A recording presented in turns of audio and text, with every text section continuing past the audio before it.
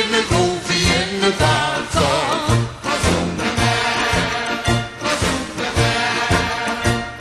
Die werd, die heb ik jarenlang geklonken in het museum en ook in Wien.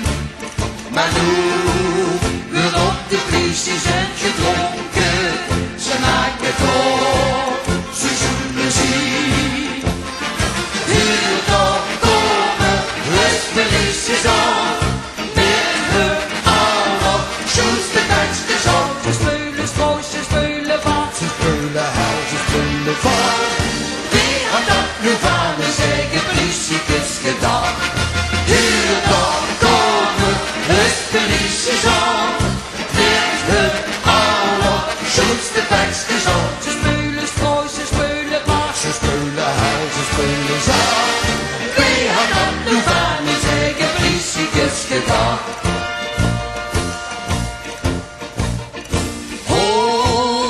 175 lang jaren sinds IBM.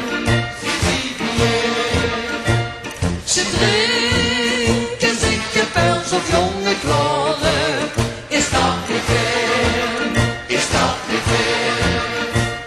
En als ze samen zien van musiceren, zo voor elkaar, zo voor elkaar. Dan kunnen ze de leuzen amuseren met hun gezang, met hun gezang. Hier dan komen lespolities aan, met hun allerschoonste teksten zo. Ze spelen sproos, ze spelen paas, ze spelen huil, ze spelen zacht. Wie had dat nu van een zeggen politicus gedaan? Hier dan komen lespolities aan, met hun allerschoonste teksten zo. Ze spelen stroos, ze spelen paas, ze spelen huil, ze spelen zacht. Wie had dat nu van een zeggen politicus gedaan?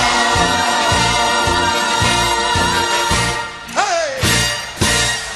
Dankjewel!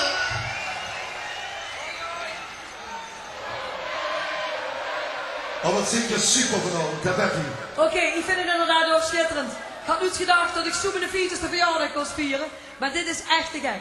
We gaan nog een liedje doen, wat je allemaal kent. Het is een liedje van Frans en het heet De Opera.